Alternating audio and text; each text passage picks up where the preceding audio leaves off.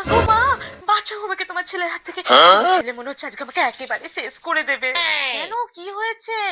আর বলো না, আমি তোমার ছেলের পকেট থেকে রোজ একটু একটু করে টাকা নিতাম। ও না বুঝতে পেরে গেছে মা। তুমি আমাকে বাঁচাতে পারো মা, প্লিজ বাঁচাও। কি বলছো গো? ছেলে তো আমার খুব রাগী। এখন যদি আমি কিছু করতে যাই আমাকেই তো বকে দেবে। আরে তোমাকে কিছু করতে হবে না। তোমার ছেলে এলে তুমি শুধু বলো যে তোর ব্যাগ থেকে রোজ আমিই টাকা নিতাম। ব্যাস, তাহলে তোমার ছেলে আর তোমাকে কিছু বলতে পারবে না, বুঝছো?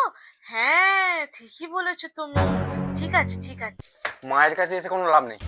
আমার পকেট থেকে যা যা টাকা নিয়েছো সব বার করো। এই বৌমাকে কেন শুধু শুধু বকছিস রে? তোর পকেট থেকে টাকা আমি নিয়েছি, দেখেছো? তোমাকে আমি বলেছিলাম না যে রোজ তোমার ব্যাগ থেকে তোমার মাই টাকাগুলো সরে? আজ প্রমাণ হলো তো। এখানে আমাকে দোষ দিতে এসে শুধু শুধু। মা, তার মানে তুমি?